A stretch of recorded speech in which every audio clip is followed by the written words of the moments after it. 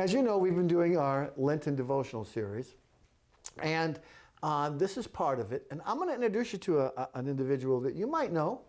I've known him for a while, and we've never really talked about this on air, but we're going to do it today. It happened way back in 2003 to this gentleman, and his name is Jack Galassini. Hi, Jack. Hi, Bob. How you feeling? Very good right now. Absolutely. Okay. So I want to take you back to 2003. Okay. In 2003, something happened to you. What was it? Well, I was around Thanksgiving of 2003, went out on a trip to Las Vegas, and I was getting chest pains, and I was also exercising. I'd get a chest pain, but I could stop exercising. They'd go away, then I'd exercise again until I got a chest. Stupid me. Yeah. And my wife's a nurse, as you well know. Yeah.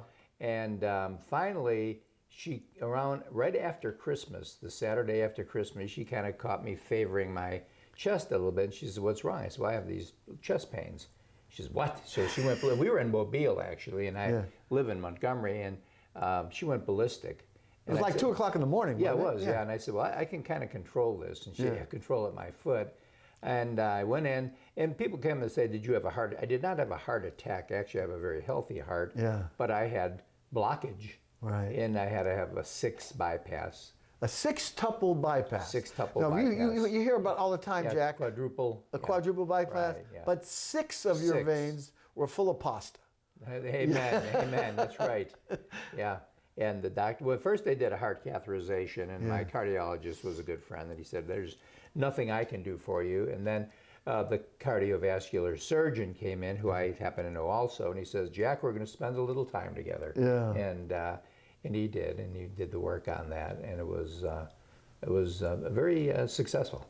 Yeah. Yes. Now, during the time, though, Jack, and you're having a sextuple bypass, and they're taking the veins out of your legs, and you're doing all this kind of stuff. Something happened during that time that almost killed you. Mm-hmm. Well, what happens is you have the surgery, then you go into intensive care, and then you go back to a room. Yeah. And I was just in a room for about a day. And luckily, again, with my wife being a nurse, I was a little fidgety, and actually I was going into heart failure, congestive heart failure is what the situation was happening. And she was able to put her hands in her ears to my body and figured this out, because it had not hit the monitors yet. Yeah. And but you weren't in intensive care then. No, I was not. I was in a room. Right. I was in a room, and then immediately at that point when they figured out, then she went and told the nurses that something's awry here, and they came in, and of course, bingo, the next day I went back in intensive care. Yeah. And spent about 3 days there till they got everything. It was a little bit of atrial fibrillation. They just had to get everything kind of stabilized again. But it was very interesting because obviously before I had the surgery, the doctors and the nurses all came in and they prayed.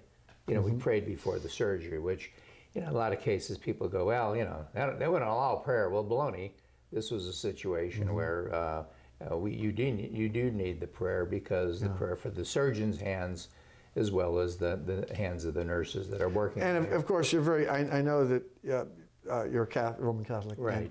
And attend a church. And we had people praying for you all. I was up in Birmingham. People all over the country, people that know you have been praying. It's the power of prayer. Oh yes, absolutely. Talk about that just for a second. Well, you understand it. You can feel. You feel that all of a sudden you were in a kind of a precarious situation, and all of a sudden it's just kind of moves aside, and you're just you're coming forth like somebody pulled a veil back. Right. And that was. And this is interesting because this was during Christmas time.